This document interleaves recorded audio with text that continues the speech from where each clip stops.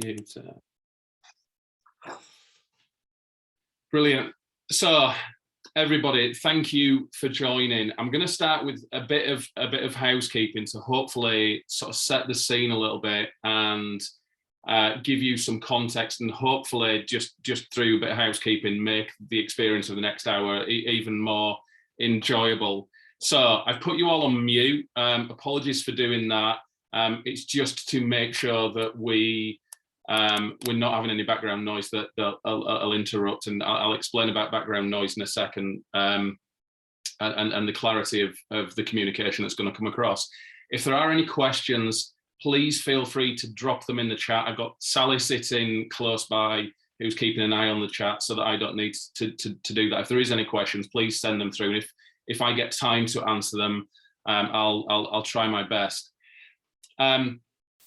Listen carefully. I apologize for the quality of some of the content. What I've done, it is called Memusi Live, but there is some content that I pre-recorded.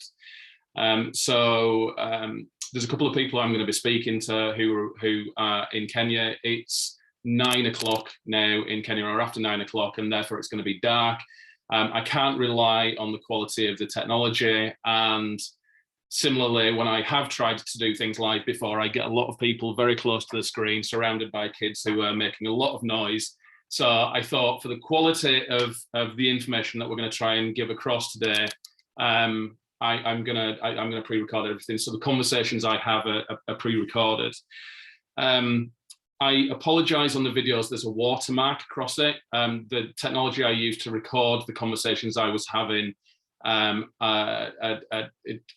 it came free, so I've got a watermark. So apologies. I hope it doesn't detract from again your enjoyment of hearing that.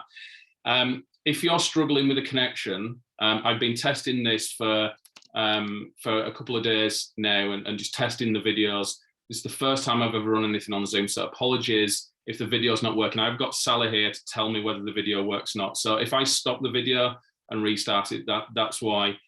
If you're struggling and the sound's not coming through, or the video's not, or I'm slow on the video, if you turn your video off, it's likely to work a bit better. So just a couple of tips there. So first of all, Memusi Live, I wanted to sort of give you a bit of background as to what it is, and why we're doing it, and give you a little bit of insight. And I've also got an apology to make as well. So first of all, it's an opportunity to hear about Memusi in a different way. I try to give everybody an opportunity to see into our world at Memusi as much as I possibly can do. Volunteering trips were always that important, but there's only so much you can achieve through newsletters. There's only so much you can achieve through social media. And I wanted to give people the opportunity to really see inside the work that we're doing, and do so in a different way. So this will be the first of a number of Memusi Live events that we're going to do that bring to life a bit more of the things that we're doing. We're going to be testing a number of forms of communication over the next couple of months. Podcasts, for example, different ways of bringing to life the work that we're doing to keep people who are interested informed about our work. We've got some really exciting initiatives that are coming up, so I'm looking forward to sharing those over the next couple of months.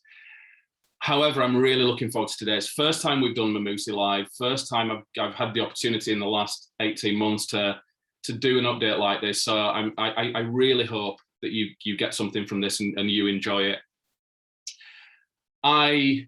In pulling this together, my view was I wanted to spend time talking about COVID, talking about the last 18 months, and then I was going to take time to look forward and talk about the future, and talk about how we're working in healthcare, and how we're working on teacher development, how we're innovating in classroom design, all of the great forward-looking things that we've done. All of the interviews that I created lasted more than an hour. So I'm already out of time. So what I'm going to do today, and my apology is, what I'm going to do today is that today is going to be focused looking backwards. I want to look at COVID. What happened in Kenya, what has been happening in Kenya. I think it's been certainly hard to see and understand what has been going on in Kenya over the last 18 months. And I want to bring that to life for you, but I want to talk to you about the work that we've been doing, how we've adapted, how we've innovated. So that's what we're going to be doing today. I'm going to be doing a follow-up event to talk about some of the other exciting things that we're doing, the work that we're doing with classroom designs and teacher development, etc. So hopefully through a series of these events, it enables you to feel way more informed about the things that we're doing. So I'm going to move on now. That's the background. Hopefully that makes sense. So I'm going to go back now to March 2020, and you know, I remember at that time being in a very peculiar world, which I know we all were, where we were trying to figure out what on earth was going on in what felt like the aliens were landing on Earth, that we were being invaded, and we had no idea what was going on and what the world was going to look like. At that time, we had a volunteering trip. Sally, my wife, was out in Kenya with a volunteering group at the time, and Kenya had had no cases. We thought that it would be okay at that time. However, the rapid pace of growth of here in Europe meant that things certainly caught up with us. And during that week, Kenya had its first case. And when Kenya had its first case, it provided instructions to the population. It told schools that schools were not allowed to mix. So schools needed to stay within their own environment, but they weren't allowed to be any inter-school tournaments or any mixing of schools. The second case that happened, which was a couple of days later, Kenya closed down completely. Started shutting the borders, told tourists that it needed to get out, schools closed. So if you think about our own world here in the UK and what's been going on in the UK and you know how many cases there were before things shut down, Kenya closed down on case number 2, or statistical case number 2.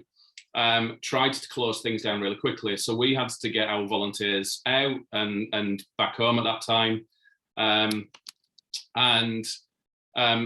But Kenya obviously reacted incredibly quickly.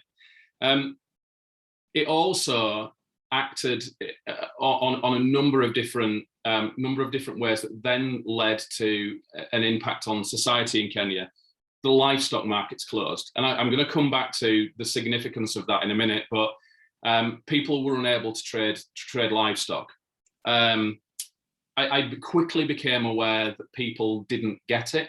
People didn't understand what COVID was. The questions that I was being asked from educated people about what the pandemic was, and it again was, if you think about how alien it was to us, it was such a foreign concept to people in Kenya who struggled to get access to news. So it was something they're hearing but really not getting. And some of the advice that I was sharing, so I was downloading things from the NHS and sending them across to Kenya to say, listen, these are our rules. These are things that you might want to start following, and you know, the guidance on washing hands, etc. But really quickly became apparent that people didn't get it. I also found and subsequently found that a lot of charities left. A lot of charities scaled back, and a lot of support that was in Kenya at the time stopped overnight. So there were hundreds of orphanages around Kenya that closed. Children ended up on the street because funding stopped overnight for them. There were feeding programs that stopped. There were salaries halved. There were salaries that were stopped in a lot of cases, and people's view of, you know, we'll pick this up when this is all over. However, people left to survive in a lot of ways, and left alone in a lot of ways, and you'll hear some of that in some of the conversations I'm going to come to. And that for me was never a concept that I could understand. You know, I couldn't think that I'll turn my back. I couldn't think that I'll pretend I've not seen this. I couldn't do that. I couldn't walk away. I couldn't unsee the things that I'd seen and unhear the things that I'd heard. It was important that we react. And even though we were an education charity, when people need help, it was important that we act. I think there was a couple of things that then sort of went on for me that made the situation and stress on me personally incredibly hard. First of all, I read an article about Kajiado. Now, Kajiado is a county where Magadi is, and it's the area where we work at Memusi. Kajiado is the whole county. It's one of the biggest counties in Kenya. And I read a statistic that they were forecasting that 45% of the population of Kajiado would starve. They weren't talking about the pandemic. They weren't talking about the impact of COVID. They were talking about people starving as a result of the impact of the lockdown measures that were put in place to help people survive. I remember listening to President Kenyatta talking, and he described it as a decision between two rights. I don't know whether it's two rights. I don't know whether it's two wrongs. I don't know how I would describe it. But he described a situation that was facing him. And he said, I'm facing the scenario of whether I lock the country down and know that people will starve, that young people will probably starve, or do I allow the country to go on and let the pandemic take hold and know that old people will die? Whatever decision I make, I know that people will die. And, you know, I cannot imagine that scenario facing him in that sense. But, you know, he obviously made the decisions that were right for him. Not long after that, I would wake up in a morning and I had photographs on my phone of children who had died. I had photographs of people who'd lost their lives. And I don't know how you're supposed to deal with that personally. It's nothing that I've ever been trained to do. But, you know, the narrative from people, and it's one thing, this one statement is what I remember about the pandemic in Kenya. Somebody texted me, and I can't remember who it was, and they said, please, can you help us not to die? And that hit me really, really hard, really hard. And I spent time trying to figure out what to do. I didn't know what to do. I didn't know how to react. How do you do that? How do you help somebody not to die? And this is in a country where I don't live. But how are you supposed to do that? I spent time thinking. I spent time walking, and one of the things that crossed my mind was, do I close Memusi? Now, Memusi, I've spent 16 years this year that I've been doing Memusi. And I've built it up. I have never taken a penny. This is part of my life, and I love it. And I love the people who I work with. And that was a decision that I was coming to. Do I empty our bank accounts? Do I give the money away? Do I buy as much food as I can and try and save as many of this 45% of the population as I possibly can, or 45% of Kajiado as I can, because that's an option. But part of the problem with that I couldn't resolve in my mind was, how long is the pandemic going to go on? How long am I going to keep people alive? And that is not something sustainable. And I just couldn't do that. But it was an option I had to consider to do the best I could in such a foreign circumstance. Where I ended up getting to, with the help of a couple of people who are on this call, and family and friends in talking this through and really rationalizing it, and friends and colleagues in Kenya, is we came up with a strategy of doing three things in compartmentalizing the problem. So three things. First of all, COVID knowledge. How do you make sure that people are aware of the scenario that's going on, and how do you help people who to have the support that they need to deal with that? The second thing was education. We're an education charity. Schools are closed, and what do I do in that sense. The third thing was dealing with starvation. So the first thing that we did with the COVID knowledge was I reached out to the Ministry of Health and another friend of mine who works for Tata, and we came up with a program where we bought masks for 15,000 people. We provided soap, and we went out and trained people on what social distancing was, how to keep them safe, how to keep them healthy, and how to try and survive through COVID.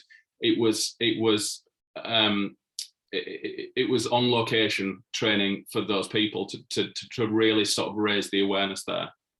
The second thing that we did in the education space is I reached out to an organization called Twinkle, and Twinkle are the largest provider of education resources in the UK. And Twinkle gave us all of their resources, all of the millions of resources they've got online for free. And again, a friend of mine who's on the phone, and a friend of mine in Kenya who used to be education officer in Kajiado, pulled together a list of materials that we thought were relevant to the curriculum in Kenya, provided them to every head teacher in the schools in Magadi, and also gave the materials to our local teachers. And Eric, who I'm going to talk about Eric in a sec. But what they did is that they went homestead to homestead over an entire year, making sure that children at home could learn, that they were not isolated, that they were not left behind, that they were continually engaged and educated at this time. Eric doesn't live locally and isn't one of our local teachers. Eric lives two days worth of travel across Kenya, but Eric wouldn't leave his grade 8s. Grade 8s are the highest year in school, and Eric refused to leave when everybody was told to go home and the government closed down the country. He stayed because he wouldn't leave the children behind and he wanted to continue their education. He even at one point got married. He went home and got married, and the next day brought his wife home, brought his wife to Magadi, to Memusi, on her honeymoon, so that they could continue to teach the kids. And I think, you know, I wanted to tell that story because I think a real sign of the dedication that teachers have shown through this pandemic as well. But the final thing that we did was, how do you tackle starvation? How do you tackle people saying, please help me not to die? And that related, the more conversations I had, the more I realized that tied in with the livestock markets. So if a person wants to eat, a person will sell an item of livestock. They will go to the market, they will sell the item of livestock, and they will then go and they'll buy rice, and they'll buy cabbage, and they'll buy other vegetables, and water, clean water, and medication. On average, one single trade of livestock, a person will trade with 8 small businesses. When the livestock market's closed, all of those small businesses can't trade anymore. It was never a fact that food was never there. Food was always there. Food was never the problem. The problem was that money wasn't in the economy, and money couldn't be changed hands, so that people couldn't purchase from each other, and therefore that was what was driving people into starvation. So what we decided to do was that we would have a team of people who worked voluntarily, again, have been doing so for the last 18 months, working to reach the most vulnerable people and buy livestock on a one-to-one basis. Now, you might be saying, well, why didn't they just eat their livestock? You know, they could have survived that way. They could, however, that's not economical. If you start eating your livestock, then you start eating your savings, and once they're gone, and you're driving people into starvation. That is never an option. And then what about the other 8 businesses that they trade with? The important thing is to keep that economy going. So on average, in a household, there will be 8 people. And we just started a program called Smart Aid. And we call it Smart Aid because what that enabled us to do is to keep the local economy going. We keep the livestock, and with that livestock, we will we will ultimately train people who are unemployed to look after livestock of their own and start them with their own small enterprises. And then we will sell the livestock over time, which will ultimately benefit our education projects as well. So one donation will lead to multiple beneficiaries. Indeed, one trade of one livestock helps 64 people for a month, which is just vast.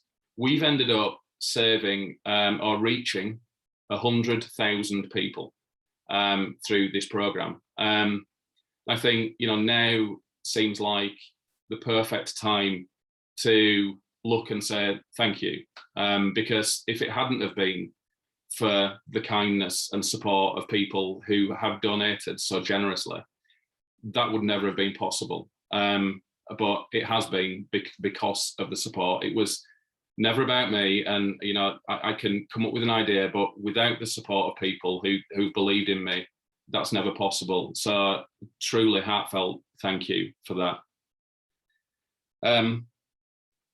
At this point, I'm gonna introduce you to the first person I've spoken to, and it's a friend of mine called Joseph.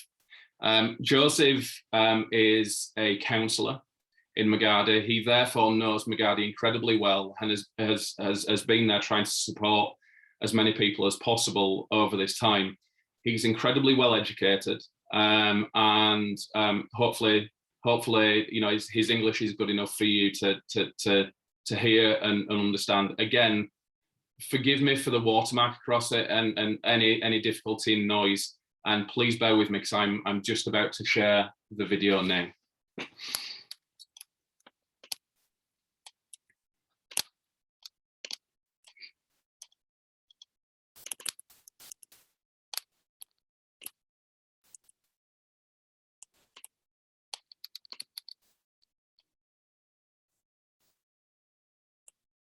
You sit, Sam. Joseph. Hi, Joseph. Hi. Hi. Hi, how are you? Yeah, I'm good. Hi. I'm good. How are you? Yeah, I'm fine, thank you. Good. Listen, I know you're really busy, Joseph. I know that you're a very busy man.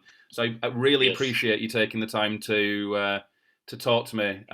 We'll just be 5 minutes, but I wanted to talk to you about the pandemic in Kenya, specifically Magadi, and then specifically the areas that we know, like Picase, where Memusi is. I think it's really hard for us to imagine in the UK and in the Western world how life has been, because we've not seen it on the news. We've not heard on the TV or on the radio about how life has been. You live there, Joseph. These are your people. Can you talk to us a little bit about what life has been like in the last 18 months since the pandemic broke in Kenya? What's life been like? Thank you so much, Matthew. And to be sincere to you, life has not been very easy here in Magadi. Life has been very difficult. First of all, this pandemic came in as a joke, and you very well understand that our level of understanding or in terms of education is still very low. First of all, sensitizing the people about the pandemic was a problem because people didn't understand why they should take precautions. People didn't know what to do. At the same time, when the pandemic came in, the government had required asked for people to do certain things like putting on masks, washing hands. And here is a poor community, which when you tell them to buy a mask, you tell them to buy soap, tell them to buy some washing stations. On a priority basis, food and mask, then to them, they'll go for food. So when the pandemic came in, we were negatively impacted. And the government was doing very little in terms of trying to mitigate the negative effects of the pandemic. First of all, when the pandemic came in, the government imposed some restrictions on movement. So it means people who are moving were restricted because of the lockdowns. And then as well, because of that, tourists used to come to Kenya, and some people lost jobs. After losing those jobs, then the government came down because we are living in the border of Kenya and Tanzania.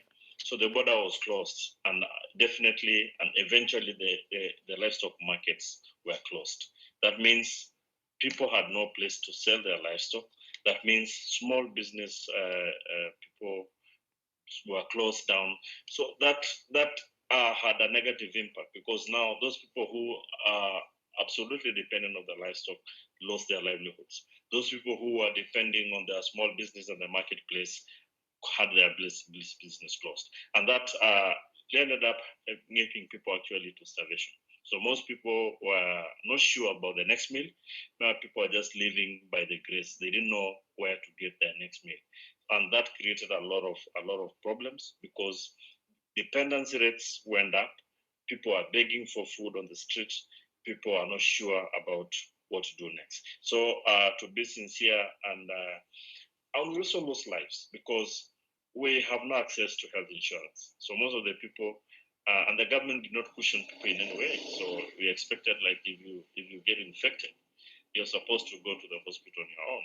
And through that, some lives were lost, livelihoods were lost, because in some cases there are 1, 2, 3 cases which ended up in ICU, and this community cannot afford to pay for an ICU bed. So we ended up losing lives, because there was nothing they could do. Because to them, going to the hospital and putting food on the table, putting food on the table is a priority to them.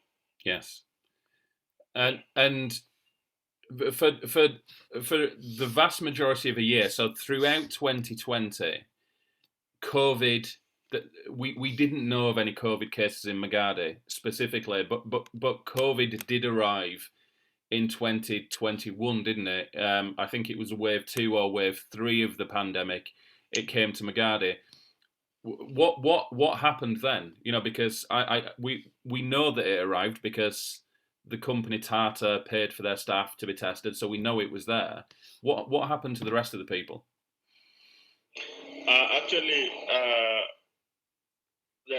to me, where I stand, you cannot isolate Magadi from Kenya, because people from Magadi travel to other cities in Kenya. Yeah. So you cannot say that COVID came to Magadi in 2021.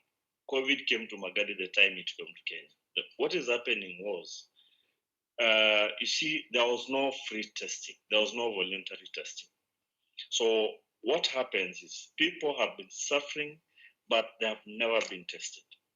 So when now people starting going to hospital, a few staff were diagnosed to be having COVID, and that provoked the company, Tata Chemicals Magadi, to do mass testing for their employees in 2021. And that is why now the news, it was blown over that, yes, there is COVID in Magadi in 2020. But it has been there. People are living with COVID. Because looking at the science, it's only that testing was not done, but COVID has been here with the people.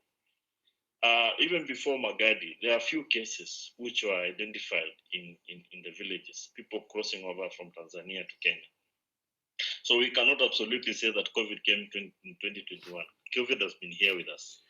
So I guess just to reiterate that point then, you know, you obviously are very aware of the number of cases that have shown up statistically because people have been tested. So statistically, we knew that it was in Magadi. However, what you're saying is the reality is it's always been there, and there were people dying, and there were people becoming ill because of COVID, but not statistically because they couldn't afford a test. Is that what you're saying, isn't it? The statistics you are getting from Magadi, where I stand is that they are more than what you're getting. The COVID numbers are more than that. Why I'm saying that is that the numbers you are getting are for members of staff of Tata Chemicals and their families, and a few community members who have gone to the hospital complaining of signs related to COVID. But this is just for the employees. So that tells you how big or how that thing has spread to the community, because the numbers in the Tata Chemicals employees, I think, are like 1,000 people. So that's a sample of 1,000 employees. And this community, a population of this community is around 40,000 people. So when you have that numbers of, and the sample size is 1,000, and first of all, it's not representative because this ward or this community is so vast. You're only concentrating on the small township that surrounds Tata Chemicals. So to me, the numbers are much higher than what the statistics should be much higher if testing was done around the community. And I guess the same applies then right across Kenya. You know, we've just talked about Magadi there. I've just looked on my phone and it says coronavirus cases Kenya 182,000. However, if that is only statistics based on the people who were tested, then the reality is it's been far greater than statistically we know about. Yeah, exactly. The statistics should be much higher. So how are things in Kenya now? Again, I'm just looking at the statistics now, and it looks like the cases are slightly going back up again. What's the perception right now of COVID? Are you scared of the new Delta variant, the variant that is seen in India? How are things and the perception of COVID now in Kenya? First of all, after we had some regional lockdowns, and we expected the numbers to come down. Unfortunately, Kajiado was part of the counties which were locked down. And I tend to think there was much concentration on the 5 counties, and there was a neglect on the other counties. So when these counties' numbers started going down, then it was started coming up from the other counties. So we are worried for the fourth. There may be probably a fourth wave in Kenya, but we are hopeful because our expectation was after the third wave, then everything will normalize. But now the way things are now, we are worried about the new strains of COVID-19 which are coming up. Yes. Yeah. Okay. I've got one final question, Joseph, and then I'll let you go. I wanted to reflect on the work that Memusi has done.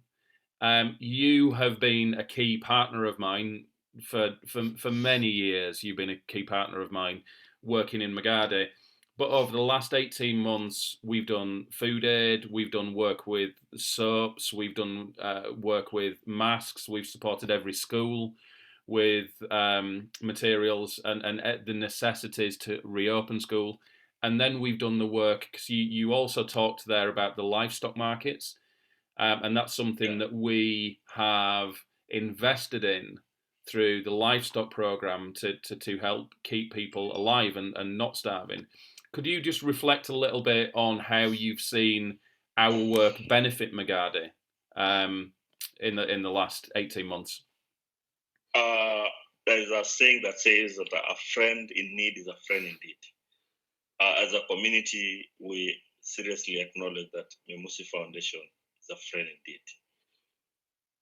When this government had opened the schools, they opened the schools without preparing our children for prevention of COVID-19.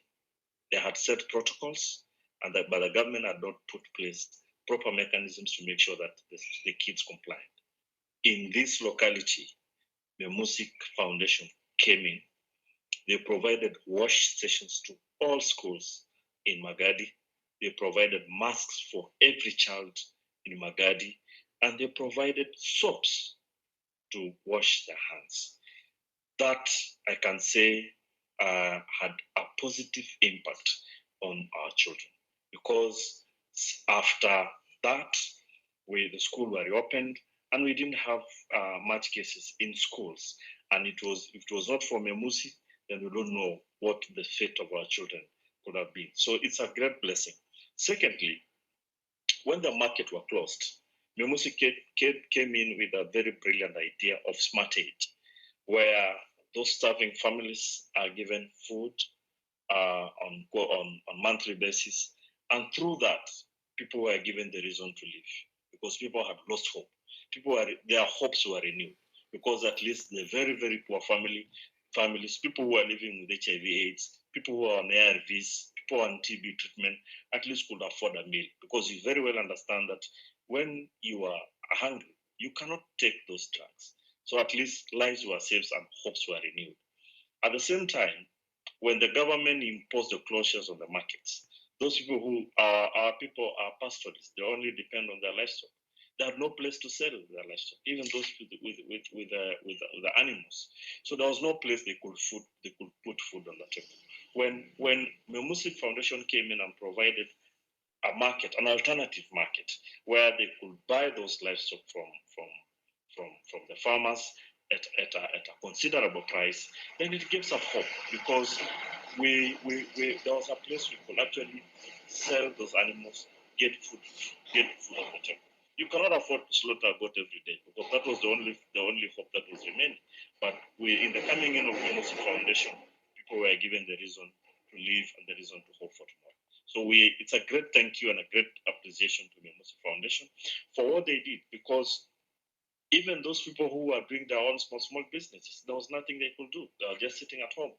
So Memusi, first of all, provided food for them. Memusi provided masks for them. Memusi provided washing stations for them. So Memusi was everything to us. So we are very grateful. And where I can genuinely say as their leader that, yes, Memusi Foundation has remained a friend indeed for this community. And we really bless you for the good work they're doing for us. Joseph, that's incredibly kind, and as long as we're given the strength and ability to keep helping, then we're there. Thank you, Joseph, for taking the time again. Really appreciated it. I did say 5 minutes. I think we've gone somewhat over. Thank you for taking the time. Thank you for bringing this to life a little bit more for people, because I'm sure people would massively appreciate listening to what you've said. God bless you all, Joseph. Please pass on our love to everyone in Perkasie and Magadi. Thank you so much. Thank you once again, Joseph. Take care. Thank you. Thank you. Am I back? Good. Okay. I hope that has brought to life more of the things that that I've been saying to you as well, and obviously a view from somebody who knows that area incredibly well. I think the things that I draw from what was said there is, first of all, Joseph raised the concern there of the fourth wave of the pandemic. I heard that a couple of months ago, I heard when they were talking about the vaccine that they expect 30% of the population of Kenya to be vaccinated by June 2024. So you're talking 3 years time before 30% of the population are going to be vaccinated. So, the reality of I think the problems, are something that we need to be very mindful of for some time to come. I practiced doing this talk yesterday with a friend, and when I listened back to Joseph, there was something that I heard yesterday that really resonated with me. I talked to you just before I showed the video, and I talked to you about the message that I got from from somebody who said, "Please, can you help us not to die? Please, can you help me not to die?" And I noticed in what Joseph said there, Joseph said, "You gave people a reason to live." Again, I started Memusi, and within the first couple of months of me starting, my view was I want to give people hope. I need to give people hope. That is what we do. That's what Memusi is about. And I think, again, I hope for everyone who's given and supported us over time and over the last 18 months, that really hits home that we have done that. We have given people hope. We have helped people not to die. Joseph also mentioned tests, and we obviously went into a fair bit of detail there around statistics, and the number of cases. And Magadi, it's been there, and people have been dying, but only in 2021 did we know, because the company who were there took the decision to test their staff when the first person within their company got the virus. However, the reality is that it's there now. Now, you've got to ask why have people not been tested? One of my teachers was ill, and she had symptoms that for me were showing very like COVID. And I said to her, "Anne, do you want to get a test? I think you should get a test." And she said, "No, I'm okay. I'm sure it'll be malaria. I'll be okay." And I said, "No, Anne, go get a test. Let's be sure." And the reason that she was hesitant is that it was going to cost her 3 months her salary. So if you put that into perspective of your own salary and you multiply that 3 times over, that is the cost that people are facing, and that's why people are not getting tested, and that's why statistically Kenya is showing as it is. And again, as Joseph said, the reality is it's way higher. I'm going to now just move on to the next speaker and the next conversation I had, and it was a conversation I had 2 weeks ago now when I first come up with the idea of doing this. Some people on the call will know this person, and some people won't. This person's Peter. Peter is one of my best friends.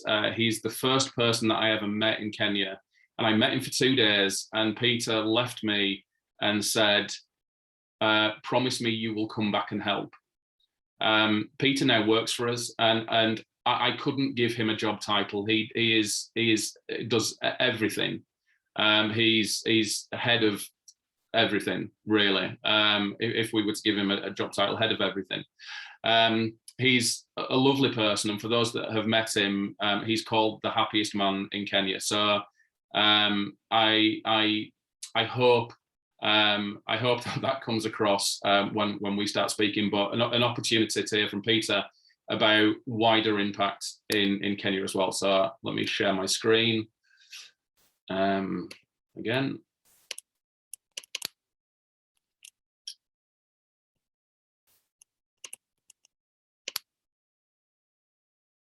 Is it on?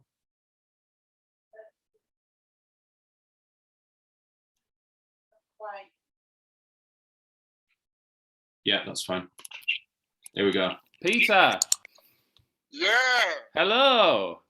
Hello. How are you, man? I'm good. Wewe ni mrembo, Peter. Wewe ni mrembo sana. Wewe ni mrembo sana. Really Okay. good. Good to see you. Good. Jina lako ni Matthew. Jina langu ni Peter. Good. Jina lako ni David Norton. Right, Peter. Listen. Yes, please. It's good. It's good to see you. It's good to see you. Right. Listen, I've got a lot of people on the phone who are watching you right now. Sure. People who you will know and you will have met, and old friends. I wanted to just spend a couple of minutes with you to allow people to hear from you. You obviously have continued in the last 18 months of the pandemic to be working with me and doing a lot of the work that we're doing. What's your reflection of what we've been doing at Memusi? Really, what Memusi does is enormous and is heart-touching. In fact, so many places have been closing. So many NGOs has left also because of the fear of the corona pandemic. But then Memusi has come back again because of the connections and the foundation which was made locally here and in UK, and the contact that has never end. The contact is daily, because even Matt keep on contacting us, talking to us, sending messages, wanting to know how people are doing here. Though people are very much malnourished, very much due to poverty and loss of jobs. And even there is no market, close out of markets. But Memusi still stands with us. Memusi helped us a lot. I'm here standing saying that without Matthew, I don't know where I would have been. And now it is me here. But how about the independent, the people around me, people who are depending on me? Now the same has gone to the local people, the community. Yeah, even me, I was happy to be part of the, for example, the smart donations that's coming in that assisted so many communities, especially now Maasai people. And the Maasai people, as we know, is really a remote area south of Kenya. Is very much remote.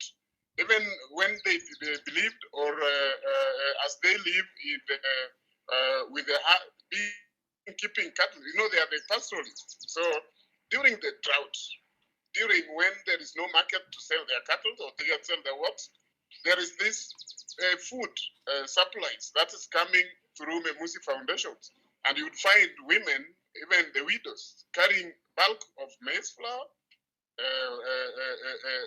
the oil, cooking oil, several items that they take home. And then this makes even their children feel good when they come home, and the next day they are aware of getting another meal. This puts them in school. And we have school children as an Memusi. And also, you know, I don't know how hard Matthew's had. And it is not Matthew's alone, because Matthew gets these supplies or this support from the people around him. And these people made him as a family. The extended families in the Maasai land are putting their children in school, especially in Memusi, because we offer them meals. We offer them lunches. And in a school where there's no lunches, like public schools, we have an example where public schools of late, the number has reduced so much. And even now, the headmasters of Memusi school, even as far as Pakase, they are also asking for places because they want their children to be there because of this food they are getting free. Yeah. So it enormous. It is impacted well. It is impacted well, and in fact, we are sound. And as we are going further ahead, we trust and we are thankful for all that we really get. Thank you, Peter. Thank you, Peter. Yes. You know, everything that I do and the Memusi does is you know, is made possible by the kindness of so many people, the generosity of so many people who sacrifice so much, and you know, a huge amount of those people are going to be on the call today. Have you got anything that you wanted to say to Memusi supporters? Memusi supporters have our luck, have our prayers, have our heart with you people. We really, it is overwhelming, and we cannot say much because we cannot even finish if we start saying everything that you've done to us. In fact, we praying for you. It is little that you of late get because the pandemic is everywhere. Most of you people lost jobs too. Most of people depend on maybe other avenues, but most of it could have stopped. But you are still donating money to support Memusi. You haven't left us to feel like we are homeless or we parentless at times. But we thank you, we thank you, we thank you a lot. The hand that you join and give us, let God give more and add more and give you chance to be there for whoever will need in the world. Thank you. Thank you, Peter. That's incredibly kind and clearly heartfelt.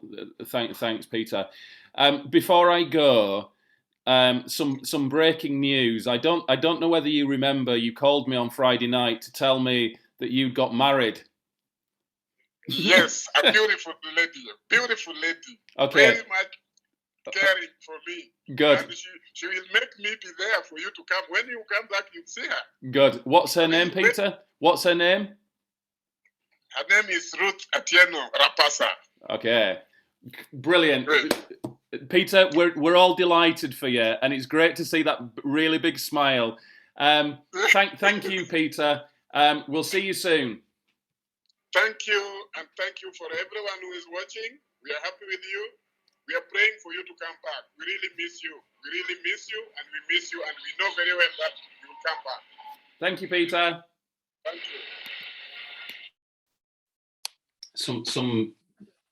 you. amazing insight there from Peter as ever. It's amazing to see his smile. And breaking news: Peter got married as well, and it's so great after everything that Peter's lived through in his life that he is so happy now as well. So I'm sure people will be delighted for Peter. A couple of things that Peter sort of raised there that I just wanted to again bring to life a little bit. Peter talked about food in school, and Peter talked about children not returning to public schools in a lot of places because food's not there. One of the things that's integral for me, people will likely have heard me say this before, a school is way more than a building. Far too many charities, far too many people believe that you put up a building and that's it, you've got a school. You don't. You need healthcare for children. You need to give nutrition to children. You need to equip and inspire teachers and have the right talented people in there. You need all the materials in place. You need a community that's thriving. In order to enable quality education, you cannot stop those things. In addition to that, from a dignity point of view, from a human looking at another human and turning in the opposite direction, to not provide nutrition and food is just not the acceptable thing to do. So, food was always an integral part of everything that we've done, and making sure that people have access to food and nutrition has been integral, and making sure, again, as we reopen schools, that our schools have got the food that they need so that the parents are not needing to worry about that, so that their ability to fight and survive is there. So the food integral and essential to everything that we've done. The other thing that Peter said that again I just wanted to draw out, and you're going to hear somebody else mention this in a sec, is that support network as well. And I referenced earlier a strategy that some charities took, which was let's halve people's salaries, or let's stop paying salaries and let's get through this. Now, I understand it. I understand that some charities have had to deal with what's been thrown at them and how they've dealt with it. But I think hopefully the way that we operate as a charity, and again through that continued kindness and support through people, we've kept paying people. We've kept making sure that people are getting the salaries, because it's not just paying somebody their salary, because each person is supporting lots of people. As Peter said, he's got friends and family looking at him and saying, Peter, help. Peter, we're starving. Peter, can you help us? And if you take that away, what happens to those people as well?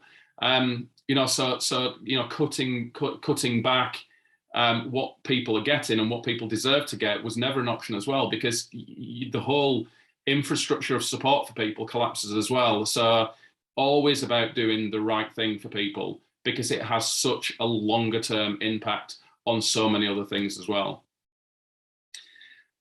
We are moving along here towards the end now, the end of the hour.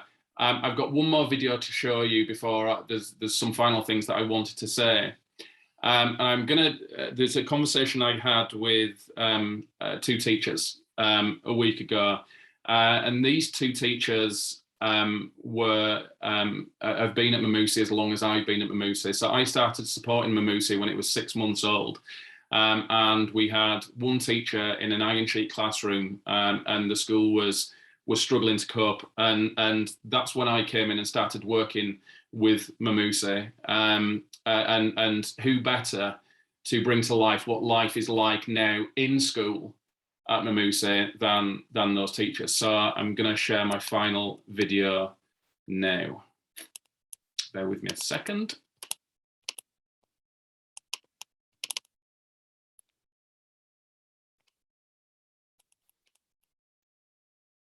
See my screen? So, okay. Teachers, tell them to go away. Is it a student or a teacher? A student. Okay. Okay. Listen, Anne, Alice, thank you for joining us to talk to us. There's lots of people who are going to be watching right now who who you've met. Some people you'll have never met before. Some people you'll know through Facebook. when I think about Memusi and where we started, I think about you two. You two are Memusi. You've been there longer than I've been there, because Anne, you were there. You were there even pre me, starting in a very small iron sheet classroom, and so much has happened in that time. I think not so much has happened, but even more has happened in the last year because of COVID. It's happened all over the world. But how has life been in Kenya over the last 18 months? What's life been like in Kenya? Well, thank you so much for having us in this conversation. We are so much humbled.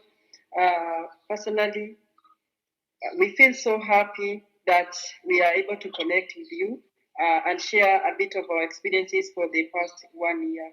Actually, it wasn't easy. Life wasn't normal. We had so many suffering from our people, even in our families.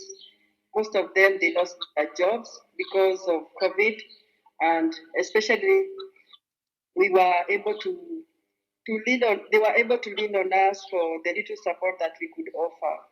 Talking about the children also, they have suffered a lot because being away from school, you see, the children find the school as a home away from their homes and they enjoy being in school more. So there is a lot that they missed in school, like having that meal. They normally have a meal in school and they were not able to have it. So the children missed that and they missed so much. Yeah. What about you, Anne? Okay, thank you, Matthew, for this meeting. We are humbled to be here to present Memusi, especially when we talk about the COVID effect in school and especially in the students. Most families could not access the online learning due to the technology. So some students were most affected. And when we talk about the parents, others lost a lot of their livestock because they normally depend on the livestock, livelihood, and parents were so affected. Others could not afford food, but we thank Memusi Foundation a lot because they work with the parents and the community and our peoples throughout the COVID time. And some parents and students were sleeping without food. So we thank Memusi Foundation a lot. Thank you, Anne. So I think picking up on the point that you made there, I think it was Alice, you said about students learning online. You know, that was a big thing from the Kenyan government, wasn't it? That children can just learn online. You know, the reality for a lot of children in Kenya, certainly the children who we work with, they sleep in a manyata. There is no computer. That's what's happened, isn't it? Yes. Yeah. Okay. And so you've been back at school now since January, is that right? Yes. Yeah. What is life like now at Memusi? How is Memusi school? How is life as a teacher different now than it was pre-pandemic? Okay, well, about that, what we can say as teachers is that it's been a big challenge for us because the students, because of that long break, they had almost switched off from learning. So now bringing them back to the focus, it's taking time. It is slowly but surely falling into place. But they are accepting it. They are slowly appreciating the idea of wearing masks, making use of the water points, washing hands, and social distancing. But I can say that the children are affected because they are used to playing in groups, which is not anymore. There is that distancing, so they miss that, but they are slowly getting into place. And Anne, have you found the same with your students as well, with the younger children? Has it taken time for them to get used to learning again? Yeah, it's taking a lot of time, but with the cooperation of the teachers and the when you see back in our foundation, they are supporting the learning, and because they are providing mask and water points, we are enabling the students to keep distance and to make sure throughout when they go to the toilet, when they get into the school, they go to the water point, they wash their hands, and we are emphasizing to the students to make sure even when they're walking, going back to home, they keep distance and wear mask throughout. And they are not supposed to touch anywhere and put their hands maybe in on their mouth and touch on the tables. We are supposed to wipe all the tables in the morning with the soap and the disinfectant because of the students. Yeah. Good. Okay. I've got one more question for you. I've got one more question to ask you. I can't leave you without asking about the grades. So the grade 8s who left went through so much. They missed so much of their education. We had Eric and other teachers who, even during the pandemic, were here in Magadi supporting those children. They've compressed an entire year into a shorter amount of time. How do you think that the kids did in their grades? How happy are you as teachers with how the grade 8s have done? How they performed? About the grades, that is what something that has kept us so much happy. We felt so much motivated because even after all the hardships, the teachers were able to compile, to come together and bring up such good grades. We also say thank you so much to Memusi Foundation for the support because the teachers were able to access the materials and taking them even to the learners, to the doorstep of the learners. And we were able to achieve very good grades. Almost all our candidates are joining high school. Amazing. Brilliant. Anne? We say thank you also to Mr. Matthew. You have been on our neck, even if we are in the COVID time. You were after the students and the teachers, and we thank you so much because you have been after the teachers and the students and the community to make sure we are keeping safe all the time. We have been calling and putting everything in the first bin. Our students were so much focused to the studies, and when the teachers came back, we combined our heads together and we worked together hard because even we end up to extra mile to every Saturday. Our students, we are with them and all the teachers, and we are happy to have those grades. Thank you. Amazing. Thank you both. I miss you dreadfully. I really miss you. Tell me, who do you miss most? Do you miss me the most, or do you miss the volunteers the most? We miss you. Good. We miss you all. We miss you all. Good. Listen, thank you both for doing that. It means a huge amount, and I know that people will have really enjoyed hearing you. Stay safe. Look after yourself. Thank you both. Thank you so much. Thank you so much. Our love to our boys and mom and dad and Sally. Okay. See you later. Bye. Okay. I guess a couple of reflections there before I start bringing to a close. Apologies that I've run over 8 o'clock. I promise I won't be long. Two things. Joseph, you went in the first video, talked about our support of opening schools. Now, when the Kenyan government opened schools, my own view was they should have written the year off. Children had missed way too much time. Schools were closed and people weren't learning. They should have just reset the year. They didn't. What they decided to do instead was just compress the year, and children would learn in 6 months what they should have done in a year. So in and amongst it all, the immense pressure put on those students and teachers was incredible. But I also had an immense problem with, I would say at least half of the teachers live in different parts of Kenya. So some are local, and some teachers in schools around Kenya come from all different parts of Kenya. So when you reopen schools, what happens is you get people again returning and traveling all over Kenya back to their schools again. So if you're going to spread the pandemic, what a great way to do it. Just have people traveling all over back to schools again. So I personally didn't agree with it. However, the reality was schools were told to open and children would be resitting their exams.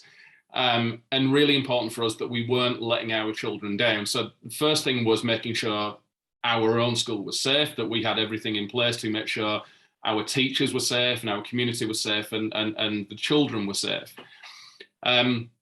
However, every other school in Magadi wasn't going to open, because how do you ask parents to buy masks? How do you ask parents to buy water stations and thermoguns when they are living in abject poverty? You can't do so. You can't do that. The school bank accounts for those schools was zero. They had no money.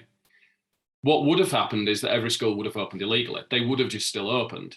And I, again, couldn't stand by and let that happen, because I couldn't stand by and allow the pandemic to take hold again, for children to be at risk, for teachers to be at risk. It wasn't safe for my own children. Protecting my own children in those schools is great, but if the rest of society isn't behaving safely as well, it's going to spread. So in the end, we opened 50 primary and secondary schools. We provided every child with a mask. We provided every school with wash stations and soap and thermoguns so that they could open safely, so that we were protecting everyone. We also reflected on the grades there with Anne and Alice, and my expectation, given what I've said, was that our grades would go down. I thought there is no way that our children can come back from what they've been through and do so in a 6-month period. And having got used to not learning, my expectation was we'll go down. I'm delighted to be able to say our grades went up by 24 points. There was 3 other schools whose grades went up, but only minor grades increased. Every other school went backwards, understandably went backwards. So I think, that hopefully puts into perspective, we were already at a great point, but to actually get 24 points ahead of where we were in a pandemic, I think is a real, hopefully a real demonstration of the work that the teachers have put in and the work that everyone's put in to make sure that we're still giving the very, very best that we possibly can do for those kids. So I am drawing to a close now. I just wanted to finally close off by saying thank you, and thank you to everyone who's watching. Thank you to everyone who continues to sponsor children, to everyone who's donated to the campaign that I put out there. It was one of the hardest things that I did. I don't like doing that, but it was really important that I did, and hopefully through what you've heard in the last hour makes sense as to why I needed to do that. And the decisions that I needed to go through. Thank you for giving and continuing to give at that time. Thank you for people who fundraised, who've stepped places and walked with us and done the lived in experience with us, and people who've been to our quizzes and all of those things, because it's not possible without that support, and a real heartfelt thank you for doing that. Thank you. We set up a charity shop this year as well. Again, just a different way of doing things. And thank you for the people who've given to that as well. It's been, again, a massive part of what we've done in the last year. And just above all, thanks for believing in me. It really means a huge amount for you to do that. So thank you, everybody. I hope you've found that useful. I will send a recording out for people who've missed it or who enjoyed it that much that they're wanting to watch it again, or show other people. Or, I've broken it down to the videos as well if you're wanting to watch that.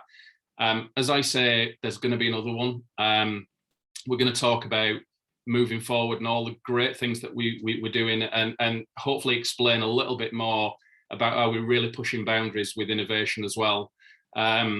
I like I say, I hope you enjoyed it. I really hope you do. Thank you for joining us, and I will leave it there. Thank you, everybody.